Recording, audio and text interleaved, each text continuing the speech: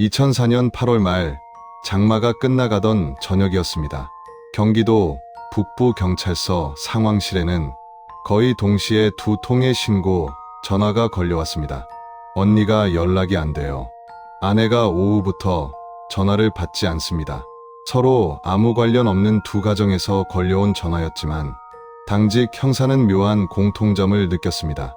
말끝에서 살짝 갈라지는 떨림이 두 사람 모두에게서 똑같이 들렸기 때문이죠. 간단한 초동 조사 결과 실종된 두 여성은 모두 같은 남자를 만나러 나갔다고 되어 있었습니다. 그 남자의 이름은 김성수, 당시 34살이었지요. 형사는 메모를 정리한 뒤 통화 기록 조회를 요청했습니다. 2004년의 휴대전화는 지금처럼 정확한 위치 추적이 가능하지 않은 시절이었습니다. 남겨진 기록만으로 그들의 마지막 동선을 따라가야 했죠. 그날 저녁 공기에는 여름 끝의 습기와 설명하기 어려운 불안함이 얇게 섞여 있었습니다. 햇빛 대신 흐린 회색빛이 밤으로 내려앉는 속도만큼이나 사건의 기운도 조용히 깊어지고 있었지요. 2004년 8월 말 장마가 끝나가던 저녁이었습니다. 경기도 북부경찰서 상황실로 거의 같은 시각에 두 통의 신고 전화가 들어왔습니다. 언니가 연락이 안 돼요. 아내가 오후부터 전화를 받지 않습니다. 서로 아무 관련 없는 두 가정에서 걸려온 전화였지만 당직 형사는 이상한 공통점을 느꼈습니다. 말끝에서 떨리는 호흡이 두 사람 모두에게서 비슷하게 들렸기 때문이죠. 간단한 초동 조사에서 두 여성은 모두 김성수라는 이름의 남자를 마지막으로 만났다는 사실이 확인되었습니다. 김성수, 34살. 특별히 눈에 띄는 전과는 없었지만 주소지에서 자주 이사했다는 기록이 남아 있었습니다. 형사는 메모를 정리하며 휴대전화 통화 기록 조회를 요청했습니다. 2004년 당시에는 지금처럼 정밀한 위치 추적이 가능하지 않던 시절이었지요. 그래서 남아있는 통화 기록과 기지국 접속 정보만으로 마지막 동선을 좁혀가야 하는 상황이었습니다. 그날 저녁 공기에는 여름 끝 특유의 눅눅함과 설명하기 어려운 정적이 함께 내려앉고 있었습니다. 이 조용한 흐름 속에서 무언가 보이지 않는 일이 천천히 시작되고 있었지요. 강예슬은 31살이었습니다. 의정부의 작은 부동산 중개사무소에서 일하며 가족의 생계를 대부분 책임지고 있었습니다. 동생은 대학에 다니고 있었고 어머니는 관절염으로 일을 그만둔 지 오래였지요. 예슬에게 조금이라도 더 벌 수 있는 일은 늘 마음 한편에 자리하고 있던 고민이었습니다. 김성수를 처음 알게 된 시기는 그해 봄이었습니다. 지인 소개로 중고차 거래를 알선해주겠다며 그가 먼저 접근해 왔습니다. 요즘 차량 매입 건이 잘 돕니다. 명의만 잠깐 빌려주시면 거래 한 번에 50만 원 정도 남습니다. 예슬은 처음에는 바로 응답하지 않았습니다. 말투는 정중했지만 어딘가 쉽게 판단하기 어려운 일이었기 때문이죠. 하지만 봄부터 이어진 생활비 압박, 동생 등록금 납부 일정, 그리고 김성수가 보여준 겉보기의 단정함이 예슬의 경계를 조금씩 낮추기 시작했습니다. 처음 두 번은 약속된 날짜에 정확히 돈이 입금되었습니다. 그러자 김성수는 조금 더 큰 금액이 필요한 거래를 제안했습니다. 이번 거는 규모가 있습니다.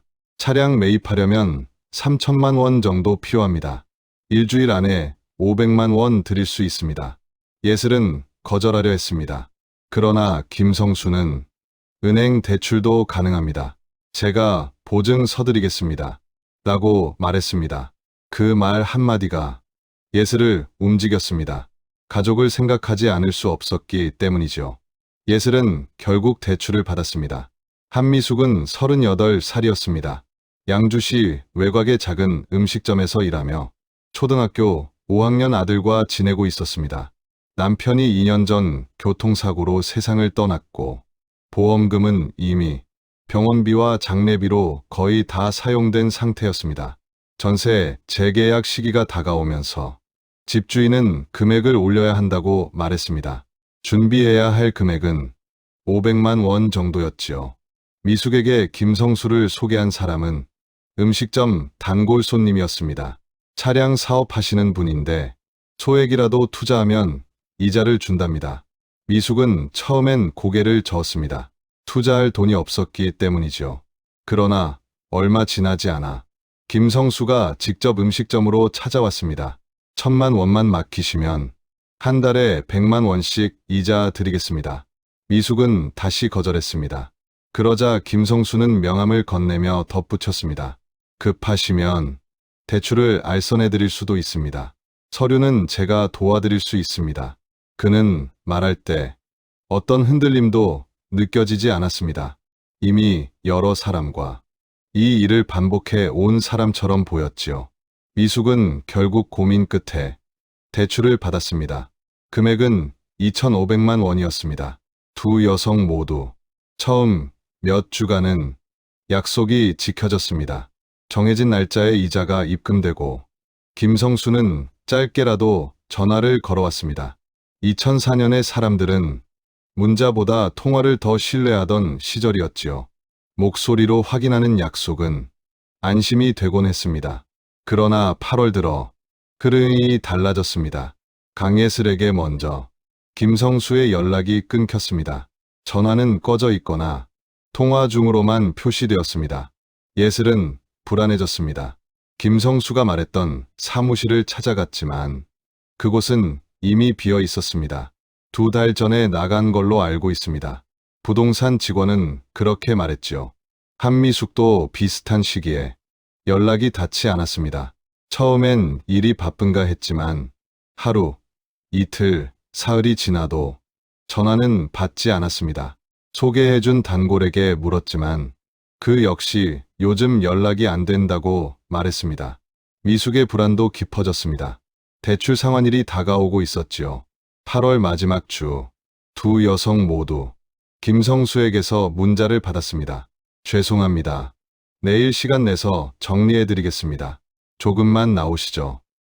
예슬은 이제야 일이 풀리겠다는 생각에 조금 안도했습니다.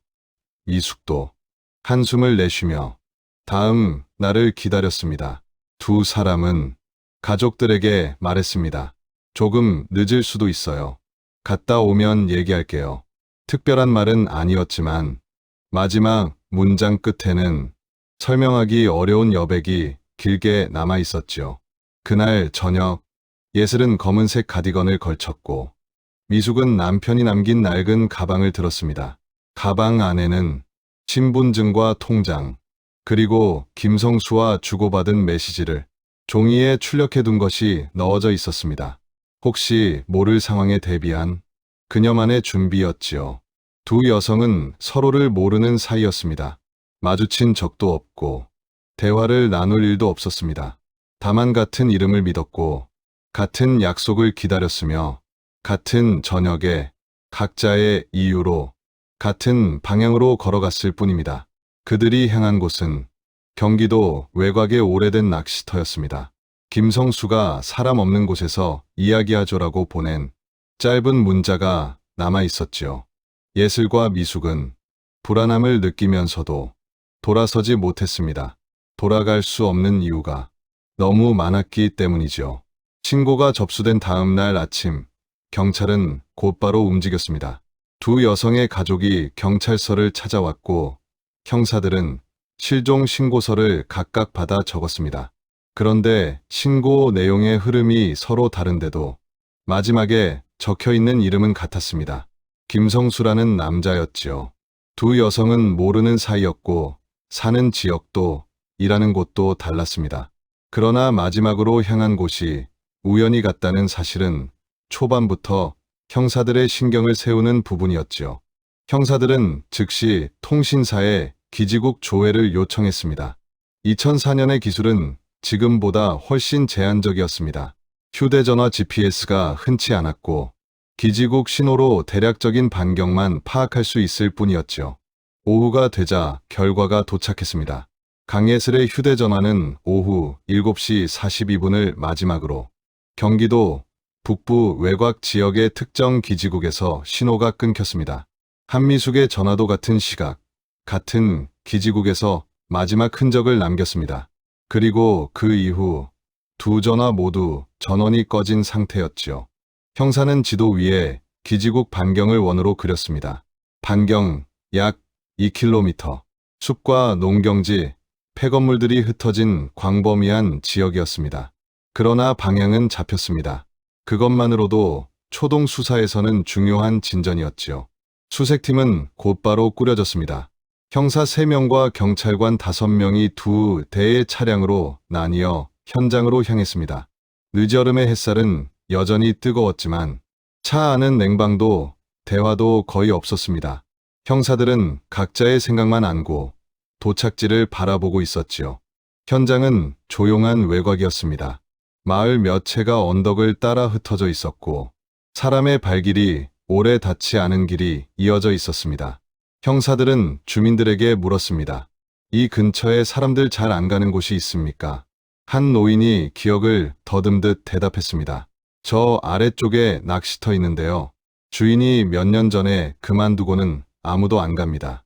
형사들은 잠시 서로의 눈을 마주쳤습니다. 고립된 장소, 흔적을 남기기에 충분한 곳, 그리고 누가 들러도 보이지 않을 곳이었지요. 차량은 농로 앞에서 멈춰 섰습니다. 그 뒤로는 걸어가야 했습니다. 풀이 무성하게 자라기를 거의 삼켜버린 상태였지요.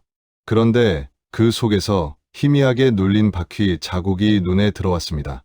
풀이 최근에 눌렸다가 천천히 올라오는 모습이었지요. 형사들은 서로 말없이 고개를 끄덕이며 농로 안으로 걸어 들어갔습니다. 약 15분쯤 걸었을까요? 풀숲 사이로 낡은 간판이 보이기 시작했습니다. 오래전에 문을 닫은 낚시터, 철제 의자는 녹이 깊게 파고들었고 부러진 낚싯대, 거치대가 그대로 놓여 있었습니다. 연못은 잔잔했지만 물비린내가 가볍게 떠올랐습니다. 누군가 오랫동안 손을 대지 않은 곳이었지요. 하지만 이유를 설명하기 어려운 긴장감이 안개처럼 내려앉아 있었습니다. 형사들은 조심스럽게 건물 안으로 들어갔습니다.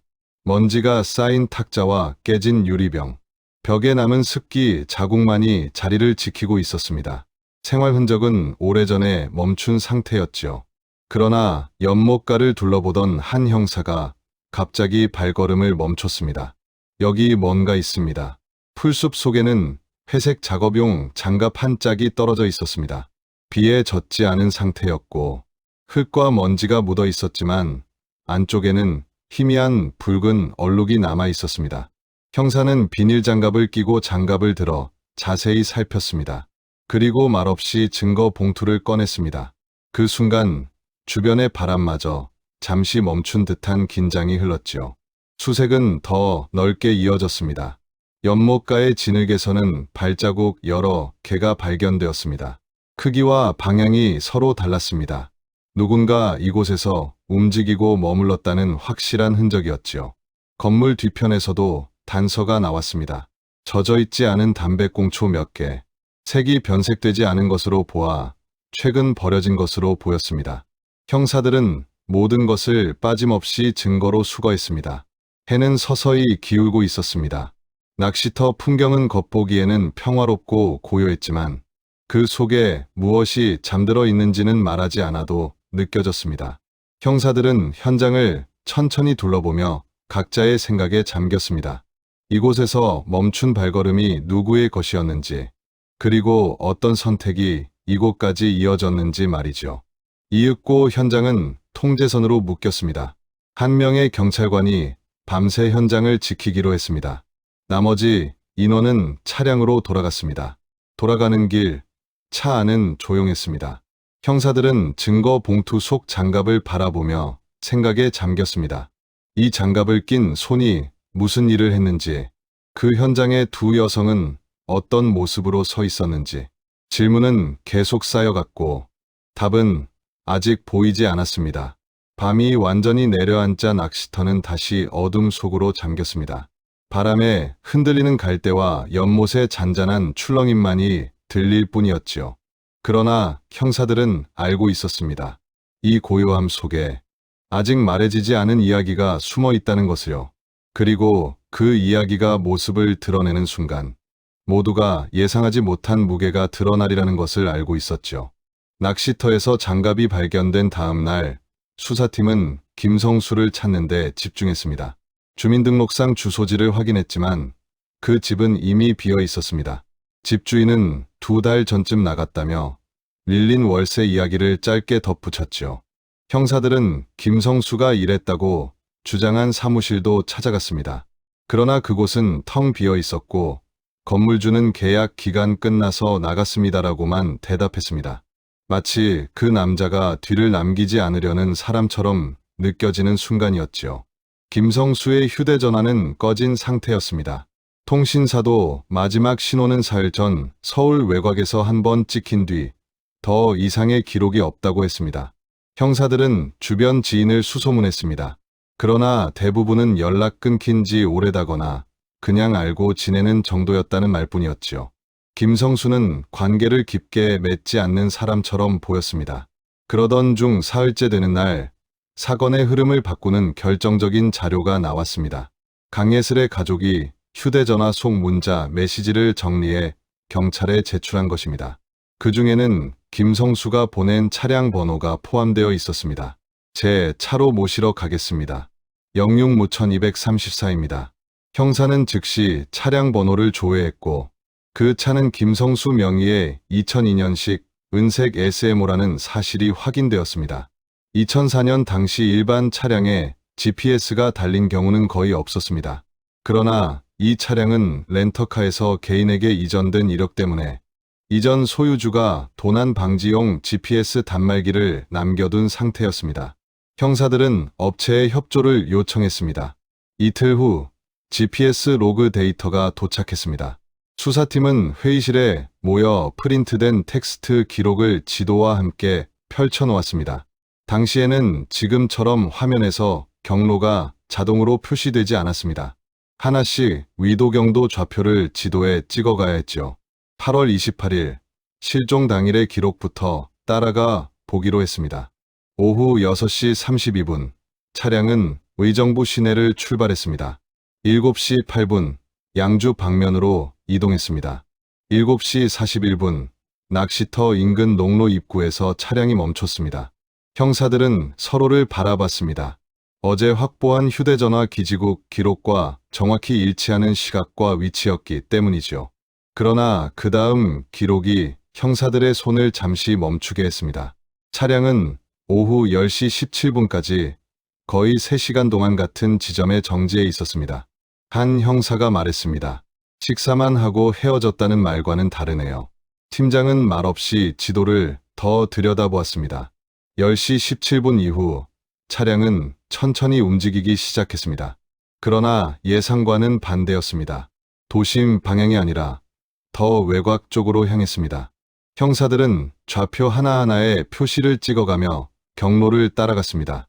낯선 점들이 이어지며 선을 만들기 시작했습니다. 그리고 그 선은 사람들이 일상적으로 가지 않는 방향을 가리키고 있었죠. 10시 53분 차량은 한탄강 지류의 외진 지점에서 멈췄습니다.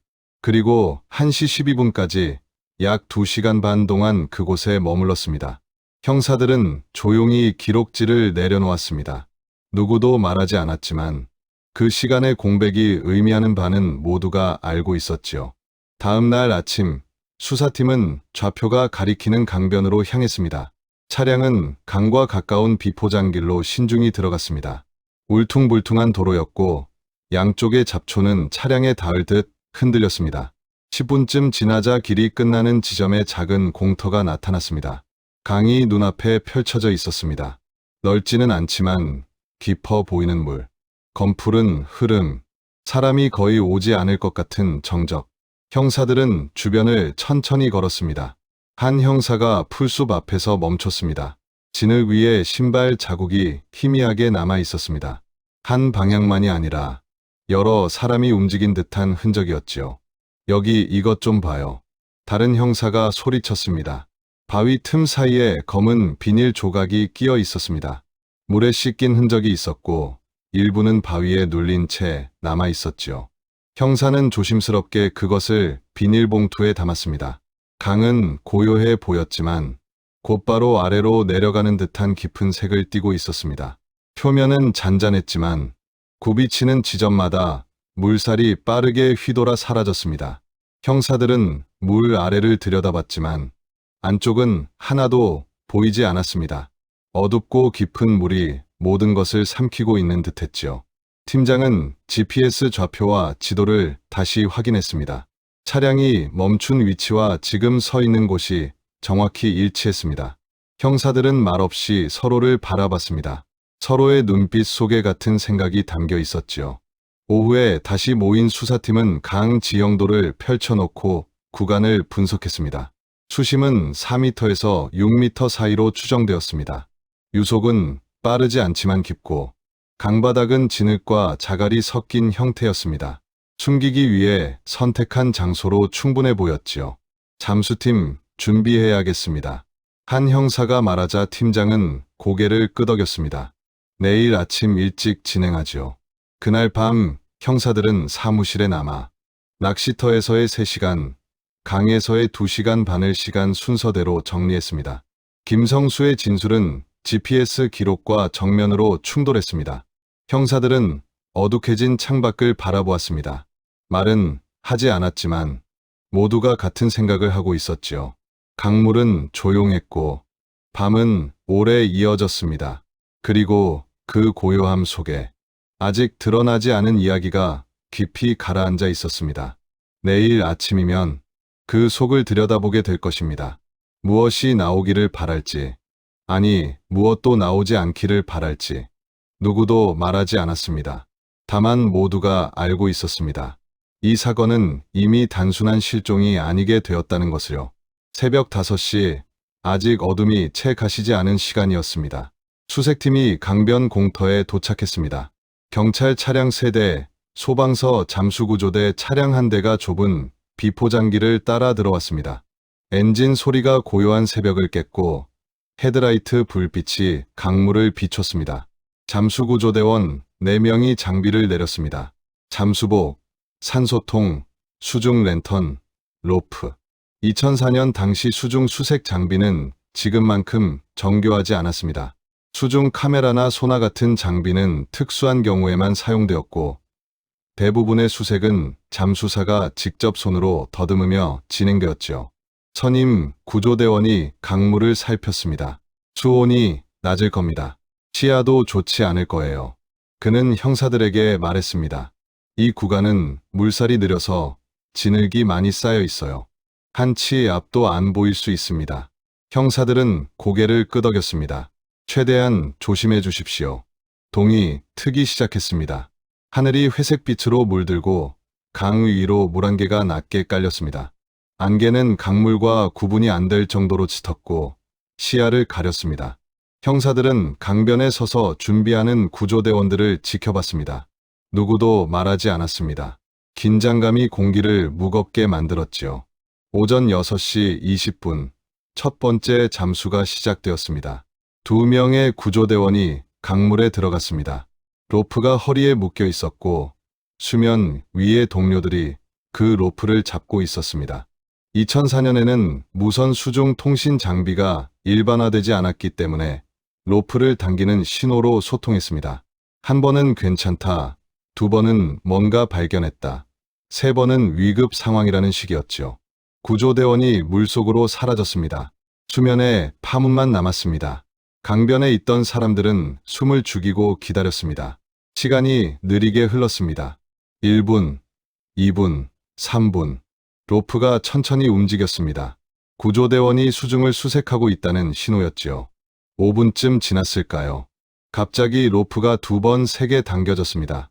수면 위의 대원들이 긴장했습니다. 뭔가 발견했습니다. 형사들이 강변으로 다가갔습니다. 로프를 잡은 대원이 천천히 당기기 시작했습니다. 같이 올라온다고 합니다. 잠시 후 수면이 흔들렸습니다. 구조대원의 머리가 먼저 나타났고 그의 손에는 무언가 짙은 올리브색 더플백이 쥐어져 있었습니다. 물속에 오래 잠겼던 천은 물에 젖어 색이 더 어둡게 가라앉아 있었고 표면에는 진흙이 두껍게 들러붙어 있었습니다. 끌어올리는 순간 가방에서는 흙탕물이 뚝뚝 떨어졌습니다. 구조대원이 물에서 나오며 헐떡였습니다. 진흙 속에 묻혀 있었습니다. 손에 걸려서 찾았어요. 그는 숨을 고르며 말했습니다. 무거웠습니다. 안에 뭔가 들어있어요. 형사들은 비닐 장갑을 끼고 조심스럽게 가방을 들어 올렸습니다. 예상보다 훨씬 무거웠습니다. 여기서 열어볼까요? 젊은 형사가 물었습니다. 선배 형사는 고개를 저었습니다. 아니, 그대로 가져가자. 감식반이 열어야 해.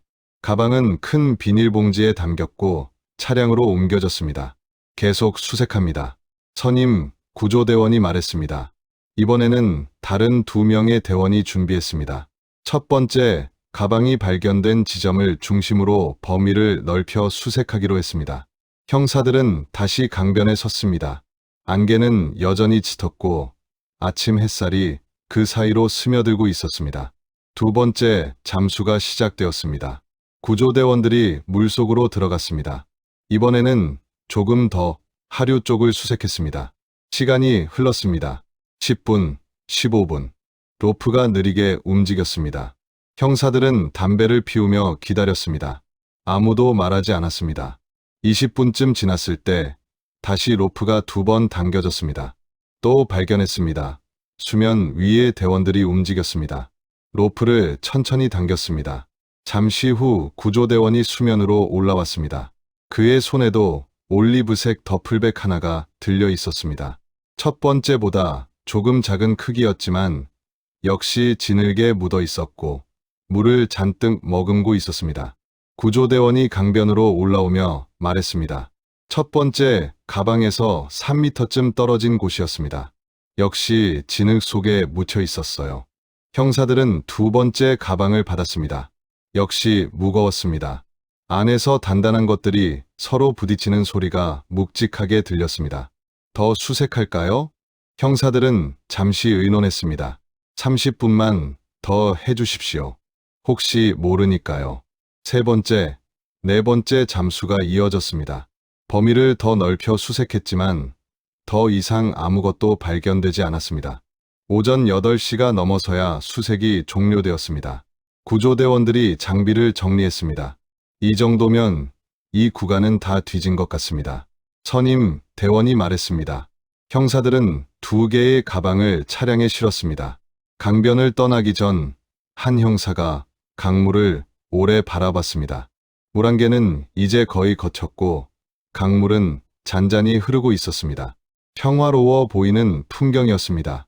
그러나 그 물 아래에 무엇이 있었는지 이제 알게 되었죠. 경찰서로 돌아가는 차 안은 침묵으로 가득했습니다. 뒷좌석에 놓인 2개의 비닐봉지, 그 안의 가방들. 운전하던 형사가 백미러로 그것들을 흘끗 봤습니다. 그리고 다시 전방을 응시했습니다. 경찰서에 도착하자마자 가방들은 감식실로 옮겨졌습니다. 감식반원들이 조심스럽게 비닐을 벗겼습니다. 가방에서 물이 뚝뚝 떨어졌습니다. 진흙 냄새와 물비린내가 섞여 있었습니다. 첫 번째, 가방의 지퍼가 열렸습니다. 감식반원이 천천히 안을 들여다봤습니다. 그리고 형사들을 바라봤습니다. 강돌입니다. 여러 개 들어있어요. 주먹만 한 강돌들이 가방 안을 가득 채우고 있었습니다. 10개가 넘었습니다. 무게 때문에 가방 바닥이 찢어질 듯 늘어나 있었지요. 두 번째 가방도 열렸습니다. 역시 강돌이었습니다. 크기는 조금 달랐지만 여러 개가 들어 있었습니다. 감식반원이 조심스럽게 돌들을 하나씩 꺼냈습니다. 그때 가방 안쪽에서 다른 것이 발견되었습니다. 여기 뭔가 더 있습니다. 작은 지갑이었습니다. 물에 젖어 부풀어 있었지만 형태는 남아 있었습니다. 감식반원이 조심스럽게 열었습니다. 안에 신분증이 들어 있었습니다. 사진은 흐릿했지만 이름은 읽을 수 있었습니다. 강예슬. 두 번째, 가방 안쪽에서도 물건이 나왔습니다. 휴대전화였습니다. 물에 잠겨 작동하지 않는 상태였지만 뒷면에 스티커가 붙어 있었습니다. 손으로 쓴 이름이었습니다. 한미수. 감식실은 고요했습니다. 형광등 불빛만 하얗게 빛나고 있었습니다. 테이블 위에 놓인 2 개의 올리브색 가방, 그 안에서 꺼낸 강돌들, 그리고 작은 소지품들. 현장에 있던 사람 중 누구도 말하지 않았습니다. 굳이 말하지 않아도 모든 것이 설명되고 있었기 때문이죠. 한 형사가 창밖을 바라봤습니다. 오전에 햇살이 밝았습니다. 거리에는 사람들이 걸어다니고 차들이 지나갔습니다. 평범한 일상이 흘러가고 있었습니다. 그러나 이 방 안에서는 시간이 멈춘 것 같았습니다. 형사는 다시 테이블을 바라봤습니다. 두 개의 가방이 나란히 놓여 있었습니다. 서로를 몰랐던 두 사람의 마지막이 이렇게 작은 물건들로 남아 있었습니다. 형사는 눈을 감았습니다. 할 말을 잃은 순간이었습니다. 강에서 가방이 발견된 뒤 수사는 조용히 방향을 틀기 시작했습니다. 형사들은 두 여성의 실종이 단순한 사고가 아니라는 느낌을 강하게 받았습니다. 무언가 의도된 흐름이 있었고 그 흐름의 실마리는 돈에서 시작된다고 판단했죠. 형사들은 다시 가족들을 찾아갔습니다. 두 분이 김성수와 금전거래를 한 적이 있는지 아십니까? 강예슬의 동생이 조심스럽게 고개를 끄덕였습니다. 언니가 몇 달 전부터 투자한다고 했어요. 차 사업이라면서요. 한미숙의 언니 역시 같은 말을 했습니다. 이자를 준다며 돈을 맡겼다고 들었습니다. 수사팀은 두 피해자의 통장을 확보했습니다. 2004년 당시 금융조회는 지금과 달랐습니다. 공문을 보내고 은행의 협조를 기다리고 영장을 받아야 했습니다. 하루 이틀로 끝나는 일이 아니었지요. 그 며칠 동안 형사들은 김성수의 주변을 추적했습니다.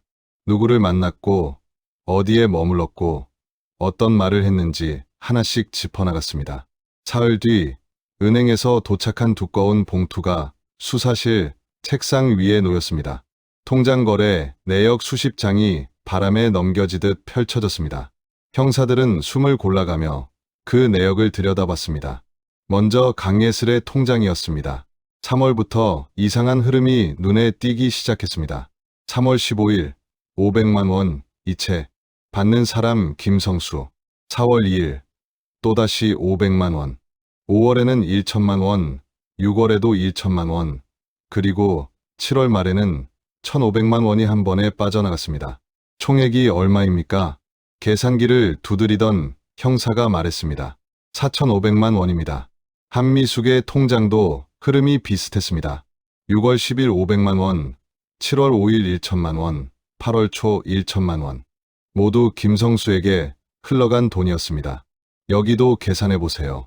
2,500만 원입니다. 둘을 합하면 7천만 원입니다.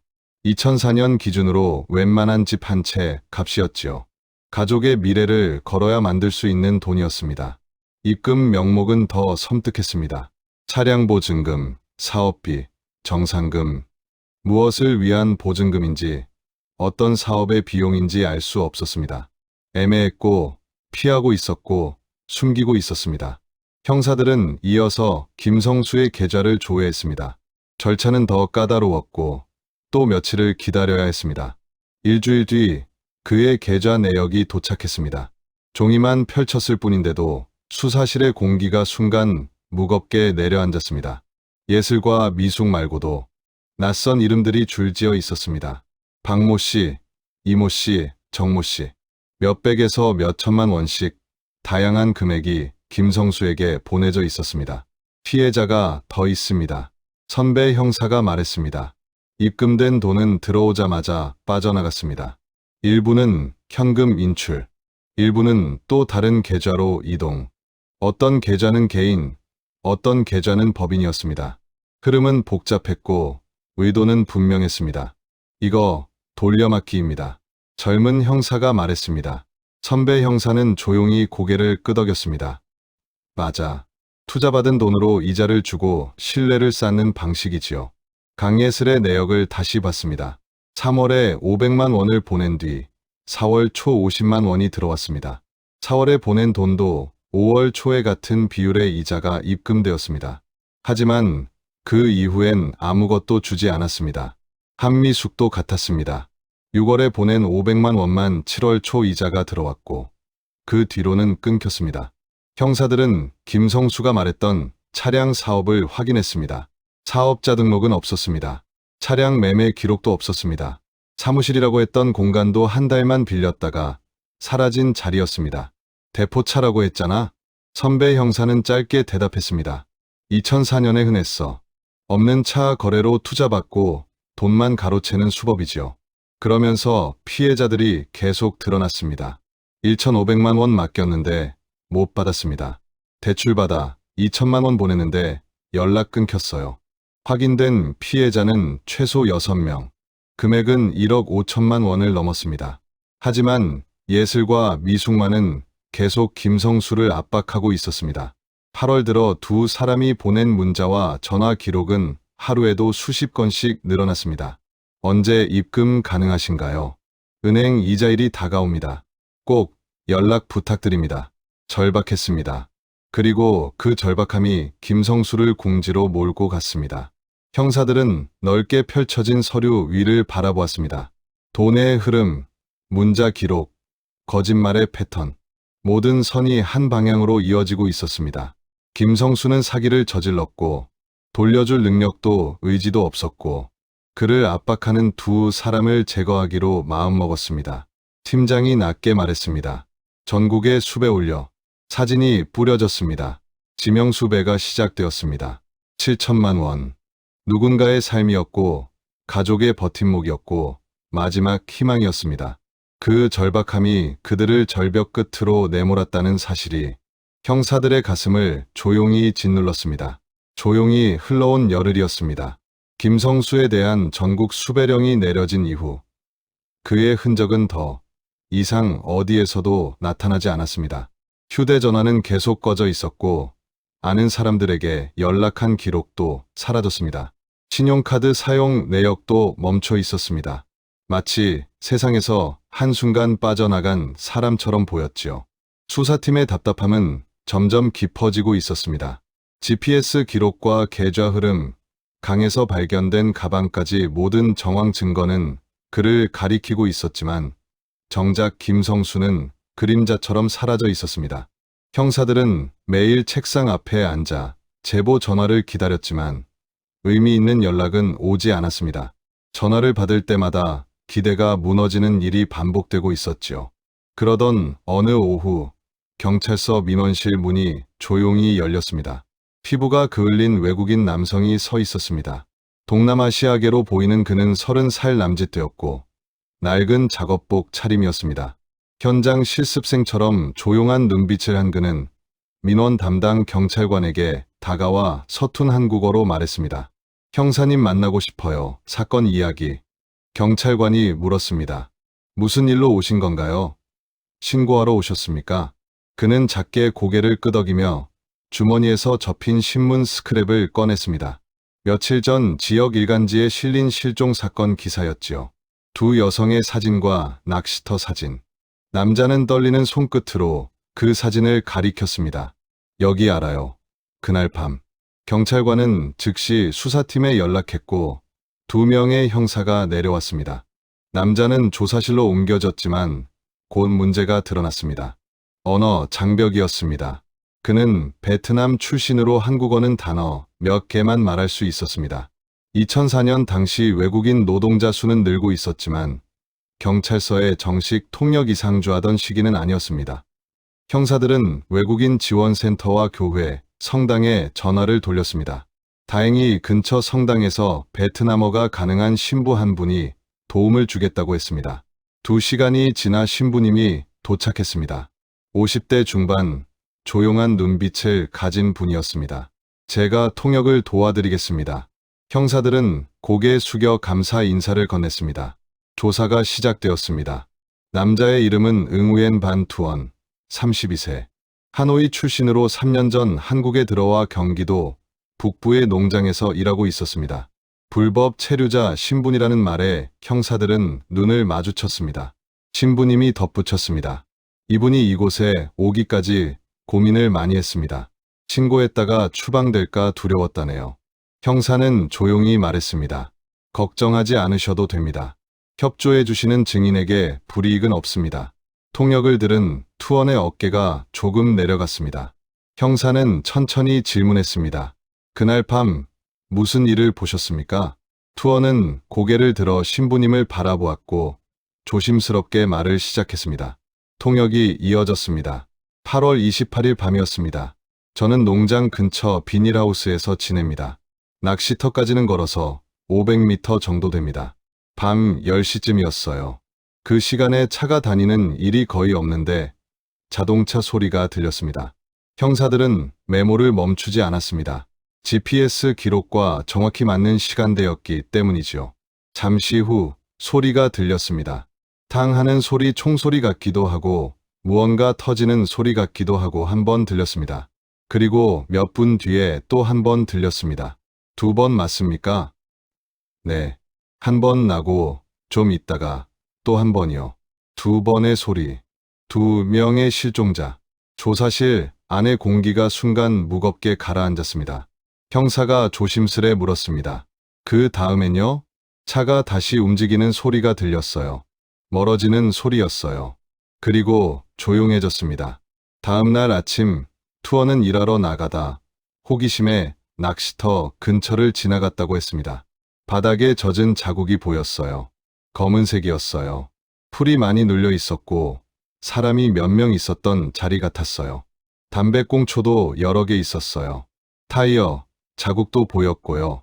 형사들은 서로 눈빛을 교환했습니다. 현장에서 수거된 증거들과 일치하는 묘사였습니다. 그런데 왜 그때 신고하지 않으셨습니까? 투어는 눈을 피했습니다. 무서웠습니다. 저는 불법 체류자니까 경찰에 가면 잡혀갈까봐, 그리고 그때는 확신도 없었습니다. 사고라고 생각하려 했습니다. 형사는 조용히 다시 물었습니다. 그럼 오늘은 왜 오신 겁니까? 신문을 봤습니다. 2 여자분 사진이 실종됐다고, 그날 밤이라고, 그래서 말해야 한다고 생각했습니다. 안 그러면 너무 마음이 불편할 것 같아서요. 형사는 그의 눈을 바라보았습니다. 후회와 두려움, 그리고 책임감이 뒤섞인 눈빛이었습니다. 용기 내주셔서 감사합니다. 하지만 투원의 증언은 여기서 끝이 아니었습니다. 형사가 마지막으로 물었습니다. 혹시 그날 사람들도 보셨습니까? 직접은 아니더라도. 투어는 긴 침묵 끝에 고개를 들었습니다. 차에서 사람들이 내리는 걸 봤습니다. 멀리서요. 3명 정도 되는 남자였고 여자 2명도 같이 내렸어요. 그리고 모두 낚시터 쪽으로 걸어갔습니다. 형사들의 손끝이 멈추었습니다. 2 여성은 서로 아는 사이 같았습니까? 투어는 고개를 저었습니다. 아니었습니다. 서로 보고도 말 안 하고 모르는 사람 같았습니다. 형사들 표정이 굳어졌습니다. 서로 모르는 2 여성. 같은 남자를 만나러 같은 시간에 온 2 사람. 그리고 어둠 속에서 처음 서로를 마주했을 순간. 그날의 진실은 그렇게 투원의 입을 통해 조심스럽게 모습을 드러내고 있었지요. 그 후에는요, 저는 더 못 봤습니다. 무서워서 안으로 들어갔고 이어폰을 끼고 라디오를 들었습니다. 아무 소리도 듣고 싶지 않았습니다. 조사실은 고요했습니다. 형광등 소리가 희미하게 울리고 있었습니다. 형사들은 투원의 말을 정리하며 깊은 숨을 내쉬었습니다. 말 하나하나가 그동안 맞춰지지 않던 퍼즐 조각에 정확히 들어맞고 있었기 때문이지요. 진술서에 서명해 주시겠습니까? 투어는 떨리는 손으로 서명했습니다. 조사를 마친 뒤 형사는 말했습니다. 필요하시면 보호 조치를 도와드릴 수 있습니다. 투어는 고개를 저었습니다. 괜찮습니다. 조용히 살고 싶습니다. 다만 그분들한테 미안합니다. 그날 밤 신고했어야 했는데 신부님이 그의 어깨를 가만히 두드렸습니다. 당신은 용기를 낸 겁니다. 오늘 이곳에 온 것만으로도 충분합니다. 투원이 경찰서를 떠난 뒤 형사들은 사무실로 돌아와 조용히 말했습니다. 2 분은 서로 모르던 관계였네요. 각자 돈을 돌려받으러 왔다가 같은 곳에서 마주한 거죠. 말은 거기서 멈췄습니다. 더 이어갈 필요가 없었지요. 그날 서쪽 하늘은 천천히 붉게 저물고 있었습니다. 형사들은 창밖을 바라보며 이 사건의 무게가 단순한 수사의 범위를 넘어섰다는 사실을 느끼고 있었습니다. 그것은 단서들이 아니라 사람들의 이야기와 마음이 남긴 무게였기 때문이죠. 투원의 증언이 나온 지 사흘이 지나던 때였습니다. 수사팀은 밤낮 없이 추적을 이어가고 있었지만 김성수의 흔적은 쉽게 잡히지 않았습니다. 휴대전화는 꺼져 있었고 카드 사용 내역도 없었으며 주변 인물들과의 접촉 역시 완전히 끊어진 상태였지요. 마치 대한민국 어디에도 존재하지 않는 사람처럼 사라져 있었습니다. 그러던 어느 아침 부산 해운대 경찰서에서 한 통의 연락이 들어왔습니다. 지명수배자 김성수로 보이는 인물이 여관에 투숙 중입니다. 단 한 문장이었지만 수사팀 전체를 긴장하게 만들기엔 충분했습니다. 형사들은 곧바로 부산으로 향했습니다. 해운대의 오래된 여관. 그곳에서 김성수는 가명을 쓰고 일용직으로 생계를 이어가며 숨어 지내고 있었습니다. 여관 주인이 지역신문에 실린 수배 전단을 보고 의심이 들어 신고한 것이지요. 2004년 CCTV가 흔하지 않던 시절, 이런 시민 신고는 사건을 움직이는 귀중한 단서였습니다. 형사들이 문을 두드리자 김성수는 잠에서 막 깬 얼굴로 문틈을 열었습니다. 김성수 씨 맞습니까? 잠시의 침묵 끝에 그는 고개를 떨구며 작게 대답했습니다. 네. 수갑이 찰칵 소리를 내며 그의 두 손을 묶었습니다. 저항은 없었습니다. 자신이 더 이상 도망갈 곳이 없다는 것을 이미 알고 있었던 것처럼 보였지요. 경기도로 이송되는 차 안은 길고 무거운 침묵뿐이었습니다. 형사들은 질문을 하지 않았고 김성수도 입을 열지 않았습니다.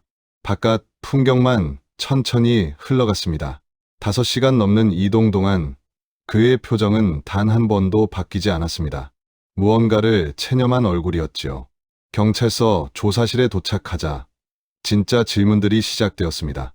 8월 28일 밤 어디에 있었습니까? 김성수는 고개를 들지 않고 말했습니다. 기억이 잘 안 납니다. 형사는 서류를 하나씩 김성수 앞으로 밀었습니다. GPS 기록, 강에서 발견된 가방, 피해자들의 물건, 투원의 목격 진술서, 당신 차가 낚시터에 머문 시간입니다. 단순 식사 후 헤어졌다는 말과 맞지 않지요. 김성수의 어깨가 아주 미세하게 떨렸습니다. 이틀째 되던 날, 그는 마침내 입을 열었습니다. 혼자 아닙니다. 형이 그리고 친구가 있었습니다. 그 말은 수사 흐름을 완전히 뒤바꿔 놓았지요. 김성수의 사촌 형과 친구는 열흘 뒤 모두 체포되었습니다. 그들의 진술이 나오면서 사건의 전개는 빠르게 윤곽을 드러냈습니다. 김성수는 두 여성의 강한 독촉에 몰렸고 돈을 돌려주지 못하자 만남을 가장의 같은 장소로 불러냈습니다. 협박만 하자던 이야기는 현장에서 돌이킬 수 없는 방향으로 흘러간 것으로 보였지요. 재판. 2004년 겨울, 재판은 시작되었습니다. 난방이 잘 되지 않는 차가운 법정. 하지만 그곳에 모여있던 사람들의 감정은 누구보다 뜨거웠지요. 검사는 단호했습니다. 피고인은 반복적으로 금전 사기를 저질렀고 채무 관계가 심각해지자 피해자들을 같은 날, 같은 장소로 유인해 살해했습니다. 범행 전 강변을 미리 답사했고 가방과 강도를 준비했습니다. 이는 계획적 범행으로 판단됩니다. 변호인은 마지막 가능성을 붙잡듯 말했습니다. 피고인은 돌려줄 의사가 있었습니다. 돌발적인 상황에서 우발적으로 일어난 일입니다. 피고인은 깊이 반성하고 있습니다. 그러나 법정은 이미 흐름을 알고 있었습니다. 투원이 증인석에 섰을 때 법정은 숨소리마저 멈춘 듯 조용했습니다. 그는 통역을 통해 당시 들었던 두 번의 큰 소리, 차에서 내려 낚시터로 향하던 사람들, 무언가 눌린 풀과 검은 흔적, 그리고 두 여성이 서로 모르는 사람처럼 말조차 하지 않았다는 모습을 전했습니다. 방청석에서 흐느끼는 소리가 조용히 번졌습니다. 수개월 동안 이어진 공판이 끝나고 2005년 4월, 재판장은 판결문을 읽기 시작했습니다.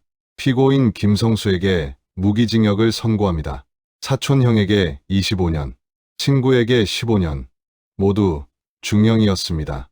판결문이 낭독되는 동안 법정의 시간은 마치 멈춘 듯 고요했습니다.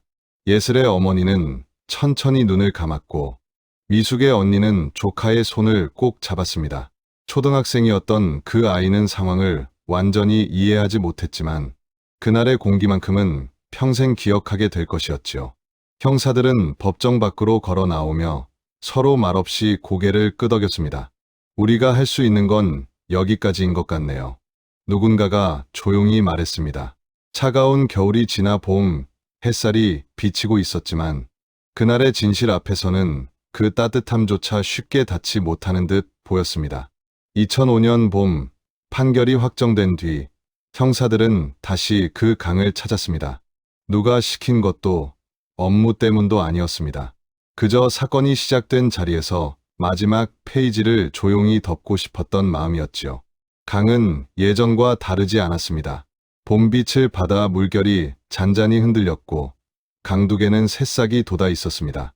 겉으로 보기에는 평화로운 풍경이었지만 형사들은 알고 있었습니다. 이 물 아래에서 발견된 두 개의 가방이 남긴 무게와 그 안에 남아있던 삶의 조각들이 어떤 의미였는지를요. 경찰서 기록실에는 지금도 이 사건의 모든 서류가 보관되어 있습니다. 신고 접수서, 수사일지, 증거 목록, 재판 기록. 그 묵직한 파일의 첫 장에는 두 개의 이름이 나란히 적혀 있습니다. 강예슬, 한미숙, 서로를 몰랐던 두 사람이지만 이제는 하나의 사건 속에서 영원히 함께 기록되는 이름들입니다. 세월은 흐르고 2004년의 여름은 어느덧 먼 과거가 되었습니다. 하지만 그때 수사를 맡았던 형사들은 아직도 그날을 떠올립니다. 가끔 생각이 납니다. 두 분이 그 낚시터에 도착했을 때 어떤 마음이었을까? 그리고 서로를 처음 보았을 때 무슨 생각이 스쳤을까? 그 말에는 시간이 지나도 지워지지 않는 감정이 담겨 있었습니다. 절박함과 빚, 누군가에게 속았다는 사실, 그리고 이해할 틈도 없이 맞닥뜨린 비극. 2000년대 초 많은 사람들이 삶의 무게를 견디며 살아가던 시절의 단면이 그 사건에 고스란히 내려앉아 있었지요. 강물은 여전히 흐릅니다. 흐르며 많은 것을 덮고 많은 것을 떠내려 보내지만 기억만큼은 데려가지 못합니다. 오늘 이 이야기를 따라와 주신 덕분에 두 이름은 다시 한번 기록 속에서 조용히 숨을 쉬게 되었지요. 잊혀지면 안 되는 이야기를 앞으로도 차분히 전하겠습니다. 구독과 알림 설정은 당신이 또 한 명의 조용한 증인이 되어주는 방법입니다. 이야기는 여기서 멈추지만 남겨진 이들의 기다림과 그리움은 아직도 이어지고 있습니다. 우리가 함께 기억하고 마음을 나눌 때 그 무게는 조금이라도 가벼워질지도 모릅니다. 다음 이야기에서도 당신의 차분한 동행을 기다리겠습니다. 지금까지 실종의 흔적이었습니다. 구독과 알림 설정으로 우리의 기억을 이어가 주세요.